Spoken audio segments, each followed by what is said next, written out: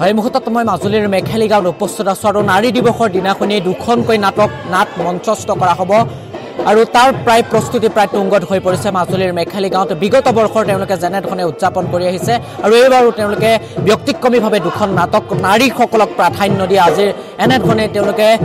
বৰ্তমান সময়ত প্ৰায় প্ৰস্তুতি তুংগত হৈ পৰিছে আমি মুহূৰ্তত সেই পৰিৱেশ দেখুৱাইছোঁ আমি পৰিৱেশৰ মাজত সোমাই যাম এই মুহূৰ্তত আমি দেখুৱাইছোঁ এনেধৰণে এতিয়া প্ৰায় প্ৰস্তুতি তুংগত হৈ পৰিছে কিয়নো নাৰী দিৱসৰ 8 মাৰ্চৰ দিনাখনি নাৰী দিৱস আৰু এক প্ৰস্তুতি প্ৰায় সমাগত আৰু 8 মাৰ্চৰ দিনাখনি আৰু যে নাৰীসকলৰ বাবে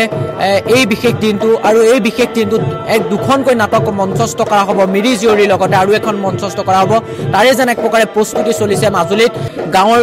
যুৱক যুৱতী আছে মই তেওঁলোকৰ লগত কথা পাতিম আৰু সচেতন ব্যক্তি আছে মাজুলীৰ সচেতন ব্যক্তি আছে মই আপোনাৰ পৰা জানিব বিচাৰিছোঁ 8 মাৰ্চ সমাগত আৰু তাৰ এক প্ৰকাৰে প্ৰস্তুতি প্ৰায় তুংগত হৈ পৰিছে দুখনকৈ নাটক মঞ্চস্থ কৰা হ'ব কি নাটক মঞ্চস্থ কৰা হ'ব আৰু কি কাৰণে নিশ্চয় আমি নাৰী দিৱসৰ লগত সংগতি ৰাখি আমি 7 আৰু 8 মাৰ্চ এই দুইটা তাৰিখত আমি দুখনকৈ নাটক মেঘেলি গাঁও আঞ্চলিক যুৱ সংঘৰ মেঘেলি গাঁও কল্যাণী মহিলা সমিতি মেঘেলি গাঁও বয়ষ্টাৰ ক্লাব মেঘেলি গাঁও বিভিন্ন আইসকল ডেকা সকলোৱে মিলি দুখন আমি নাটক লৈছোঁ এই অনুষ্ঠানটি আমি ইতিমধ্যে কেইবাবছৰো আমাৰ ধাৰাবাহিকভাৱে আমি পাতি থকা হৈছে এতিয়া এই বছৰ আমি দুখন নাটক লৈছোঁ এখন অংগীকাৰ নাটক কালজয়ী নাটক সেইখন আৰু এখন মিৰি জীয়ৰী নাটক আমাৰ যিহেতু এই দুইখনে আমাৰ সামাজিক নাটক এই দুইখন সামাজিক নাটকক আমি আজি মঞ্চস্থ কৰাৰ বাবে আমি আগবাঢ়িছোঁ আৰু লগতে দুখন আমি ডেন্স ড্ৰামা আমি লৈছোঁ এখন বুঢ়ালুইত আনখন হৈছে আমাৰ কুমাৰ সম্ভৱ সেই কুমাৰ সম্ভৱ নাটকখনি আমাৰ মেঘেলি গাঁৱৰে এজন মানে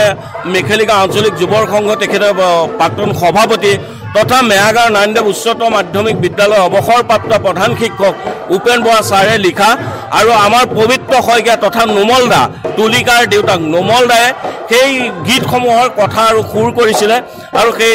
নাচসমূহ শিকাইছিলে আমাৰ মানিক ভূঞা দেৱে গতিকে সেইখন সম্পূৰ্ণ যিখন কুমাৰ সম্ভৱ সেই নাটকখন আমাৰ নিজৰ আমাৰ শিল্পীসকলৰ কাৰণে আয়োজন কৰিছে আপোনালোকে আমি এই নাৰী দিৱসৰ লগত সংগতি ৰাখি এই দুইখন নাটক আমি হেৰি কৰা হৈছে বৰ্তমান নাৰী শক্তি যিটো জাগৰণ হৈছে এই নাৰী শক্তি জাগৰণত সহায় কৰিব পৰাকৈ আমি আমাৰ এই অনুষ্ঠানটি পাতিবলৈ লৈছোঁ বছৰে বছৰে পাতি আছোঁ যোৱা বছৰ লকডাউন হোৱাৰ কাৰণে পাতিব পৰা নগ'ল এইবাৰো নাৰী দিৱসৰ তাৎপৰ্য তথা এই নাৰী দিৱসে আমাৰ মহিলাসকলক কেনেকৈ জাগৰণ আনিব পাৰে তাৰ কাৰণে আমি চেষ্টা চলাইছোঁ আৰু নাটক যিহেতু এটা উন্নত মাধ্যম এই উন্নত মাধ্যমৰ যোগেদি আমি সমাজক ক'বলৈ বিচাৰিছোঁ যে নাৰী শক্তি এতিয়া সুপ্ত হৈ থকা নাই নাৰী শক্তি জাগিছে আৰু সেইসকলক জাগৰণত সহায় কৰিবৰ কাৰণে নাটকেই উৎকৃষ্ট মাধ্যম বুলি আমি ভাবোঁ নাৰীসকলক প্ৰাধান্য দিয়া হৈছে বিশেষকৈ ইয়াত নাৰীসকলকে প্ৰাধান্য দিয়া হৈছে বিশেষকৈ এই নৃত্য নাটিকাবিলাক প্ৰায়ে নাৰীকে লৈ পতা হৈছে আৰু অভিনয়ৰ লগতে অন্যান্য কামত নাৰীসকলৰ নেতৃত্বকে গণ্য কৰা হৈছে